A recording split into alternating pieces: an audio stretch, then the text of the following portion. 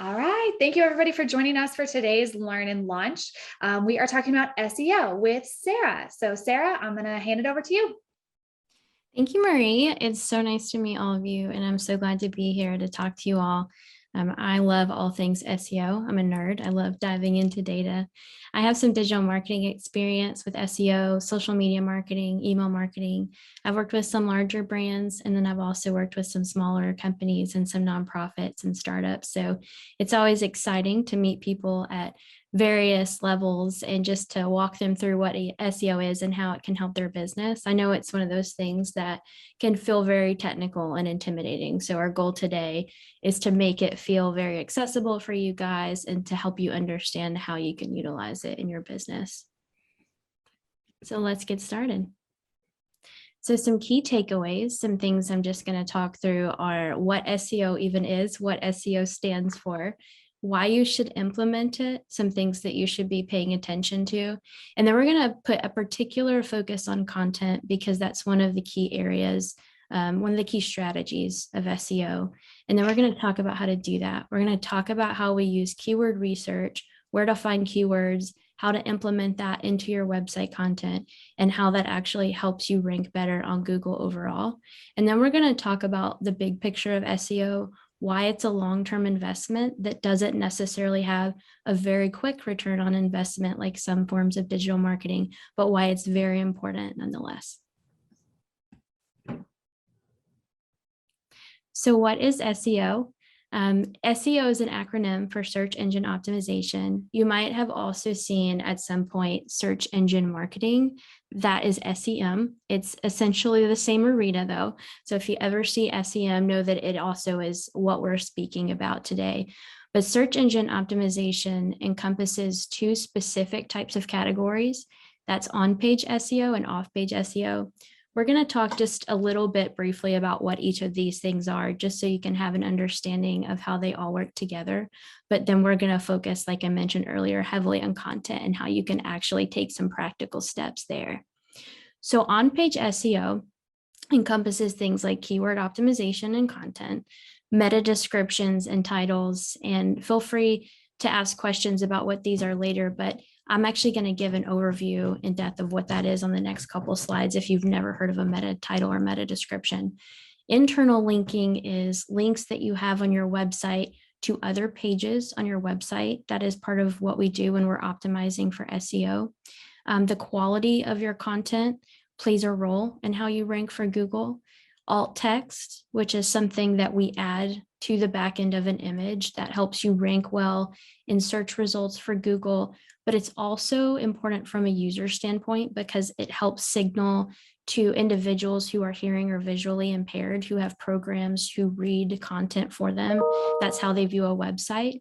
If you are doing those things, you're signaling to Google that you care about the user experience. That also helps you rank well in search engines. SSL certificates, HTTPS designations, those are just steps that you can take on your website to say, hey, I am signifying to you that I'm making this a safe browsing experience. And that also helps rank well. And then URL structure, how you actually organize the content on your website, what your site navigation looks like is vital. Off-page SEO, this is something that's more relevant to brick and mortar businesses. If you have a digital presence and online presence, this might not be quite as relevant to you, but things like optimizing your Google My Business account, local SEO, backlinks, all these things signal to Google that your domain has authority and is worth paying attention to. So let's just talk first of all about why SEO is even a thing. It's become a thing because of the fact that we are Googling so much all day, every day. And there are dozens of search engines. Google is obviously one that we're all familiar with.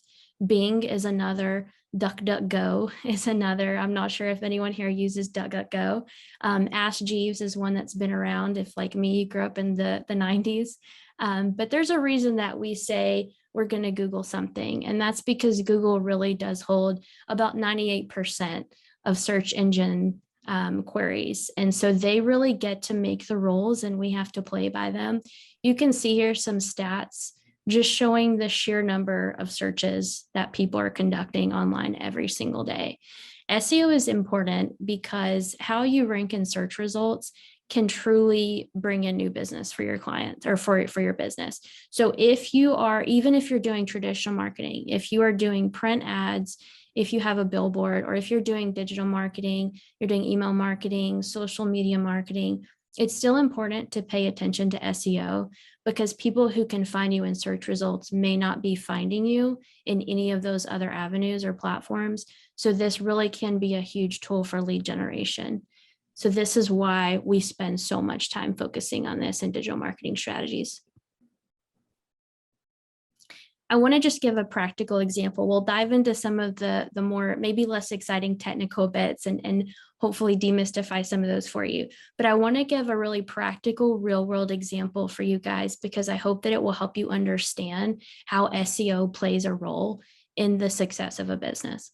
So I work with a few freelance businesses, some small businesses who are restaurants, and SEO actually made a difference in whether some of these restaurants thrived or not when the pandemic hit.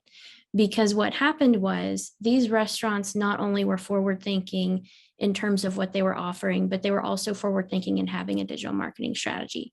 So all three of these businesses were local businesses. They're small restaurants, family owned and operated, have been around for decades.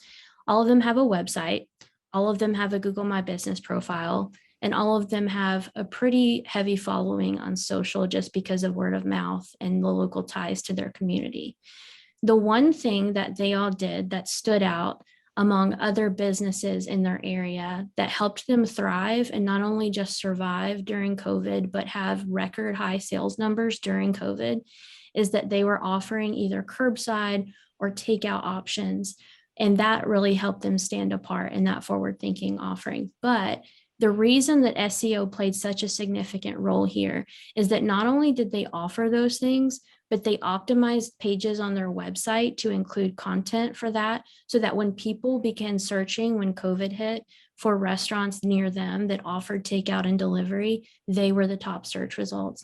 They optimized their Google My Business profile, they optimized their social media profiles, and Google's algorithms can also crawl search profiles or social profiles, so that plays a role as well.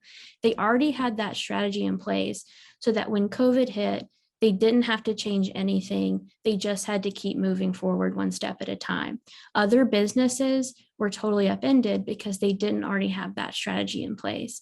So while that might be a very drastic example, and obviously we hope that pandemics don't just keep coming, that's just one example of how if you're set up on the front end, it really can help revitalize your business or keep you afloat if, God forbid, something like this does happen. Okay, so let's talk about some of those technical elements. So SEO strategies that we consider. I've got here a screenshot of a meta title and meta description. I want to talk about this because this might be a term that you see or hear, and I want to just make it as clear as possible because it sounds a whole lot more complicated than it is.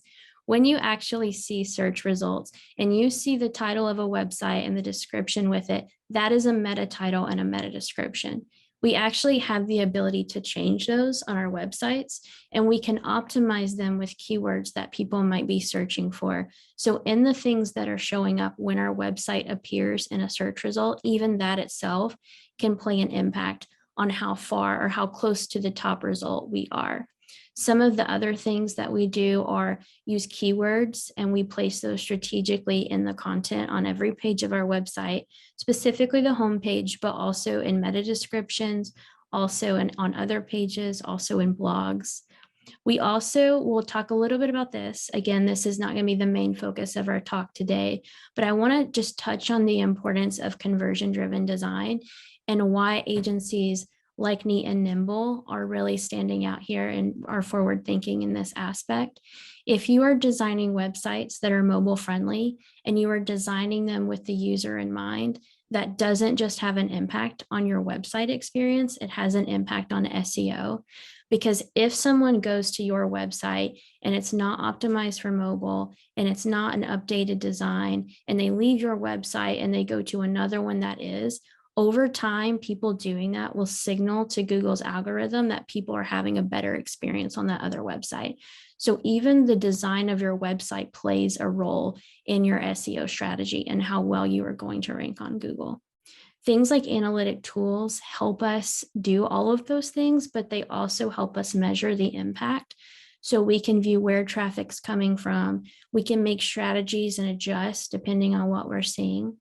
And then continued content updates. Again, we'll talk a little bit more about that, but we're continually adding content to our websites to optimize them because the things that people are going to be searching for might be changing. The way in which they're searching for them might be changing. Google's constantly making updates that we're staying on top of to make sure that we're implementing best practices. All of those things play a role in the strategies that we create in terms of SEO. All right, so ranking factors. I want to touch on this one. I want to just give you guys an idea of all the things that come into play when Google is ranking you, because I've encountered some people who they've let me know that their idea of how Google ranks things is that you know someone at Google, you tell them when you want to rank well, and how well you know them plays an impact. And that's not the case at all. I've also encountered other people who think, you know, the bigger your website or the more money you're paying in terms of Google Ads can have impact. And that can play an impact in terms of domain authority. But the top things that we're going to be looking at, whether you're a small business, whether you're a large business, a nonprofit, no matter what type of business you have, these are by far the most important things that Google is looking at. I want to just stop here for a second and I want to touch on this. If you're someone who follows digital marketing even a little bit, you might have heard of all the different things that Facebook and Google does in terms of updates. They're continually making updates to algorithms. And I know especially for social media, it can feel like we're up against that as content creators and small businesses. And a lot of times we're continually have to learn what they want us to do. But I will say that for Google, I actually will give them credit here because their ultimate goal is to make the experience great for the user, but also to make sure that a large business isn't outranking a small business just because they're a large business. So that's why some of these things are important for us to look at, because even as a small business, you do have the ability to be competitive in terms of search results if you are following the rules and if you are doing all of these things that they ask you to do to make sure that users are having the best experience. So content and keywords are the big thing. The easiest way to put this is that the closer you can get to having the content on your website that people are searching for in your industry, the more likely you are to appear at the top of search results. The more content you have, the more opportunities you're going to have to do that. That's why content plays such an important part of any SEO strategy. Some of the technical elements that we talked about, those are also important. If you don't have someone who is up to date on Google best practices, on how to optimize those things, that unfortunately can have an impact on how well you're ranked. That's why we work a lot with companies to do initial optimizations when we're launching a website for them to make sure that it's set up. Or we do things for clients who they may have had a website for 4 years, but they need to make sure that it's still optimized because something may have changed in Google's best practices since then. Location is also a factor, and I do want to touch on this one for a second, just because in terms of small businesses, but particularly for brick and mortar businesses, location is something that Google has implemented recently. It's great for us when we're searching for something nearby to know that the things that we're going to be seeing are most likely the closest and not necessarily all of them in a 200-mile radius. But as a business, we really have to pay attention to that and know how to make sure that we can still benefit from searches that are local, where we might not be the closest, but we still want to show up there. Location-based optimization is important. So I want to talk about why content matters. We touched on this a little bit when we talked about how just having content on your website that matches queries that people are searching for is the long and short of what we're doing when we talk about content optimization for SEO. The more keywords you have on your site, the more opportunities to show up in search results equals more traffic equals more conversions. So you can see here a screenshot of an example of a business that started using content in their strategy, meaning they were publishing a blog monthly that had keywords optimized to things that people were searching for in their business. They had optimized the headings in their content. They had optimized their meta descriptions and titles. They had a Google My Business account. All of these things played a role in how much more traffic started coming to their website simply because they were optimizing their content. I want to touch just for a second on duplicate content because this is something that is very important. And when we start talking about content and the importance of it, and we start talking about looking at competitors and what they're doing and how we can ensure that we're competing with them, it's important to know that if you're in a situation where you are not ranking as highly as a competitor, it's never a good idea to go to their website and say, oh, well, I see they're doing this, so I'm just going to take this as well because that's going to help me. That's a strategy that some people have used in the past. And from the outside, it doesn't necessarily seem like that's wrong if you're offering the same services. But the way that Google's algorithm is set up, they will flag you for that. They'll penalize you for that. And so it's important to ensure that the content on your website is original. And that includes not just a paragraph, but a page, everything, all of the service listings that you have. You don't want to just mimic what someone else is doing. You really want to make sure that you're giving users an original experience. That's why we also offer content services, because we want people to be able to have content on their website that is catchy and it feels, it's enjoyable. It's great for marketing, but it's also optimized for Google. So where to find keywords? If you're going to start to optimize the content on your website, where do you start? The first thing that you want to do is you want to find keywords. You want to know what people are searching for in your industry. There are some tools out there that you have to pay for, but luckily there are also some free keyword tools, and we want to share those with you. We want to share the knowledge so that you can go and find those so that you can start optimizing things. Answer the Public is by far one of the best in terms of being able to search for any given term or any given keyword, and then finding a number of things that you can work with. So you can see here in the graphic that someone has searched design agency, and then you're given a demonstration of all of the different queries that people are searching for in those areas. So you can actually start pulling some of those, and you can start writing a blog on that topic. What's the best design agency in St. Louis? And you can, approach it from a marketing perspective, talk about awards that you've won, talk about things you have to offer. Or you can approach different subjects related to one of your services that you offer. You can drop that keyword into this tool, and then you can start creating blog posts, or you can add content to your website related to that. Some of these you might already have the content there, but you can take this term and you can add it to a paragraph on your website so that it's there, so that it's signifying to Google, this is an important keyword. Google's ask feature, people also ask feature. This is something, if you've Googled something and you see this little bar pop up towards the top, this is something that's like a continually evolving circle of things that once you click onto one, it'll offer more examples of similar questions. I use this all the time as a tool to find more queries that people are searching for, because it just helps you understand how people are phrasing things and what are some of the other things that people might be looking for.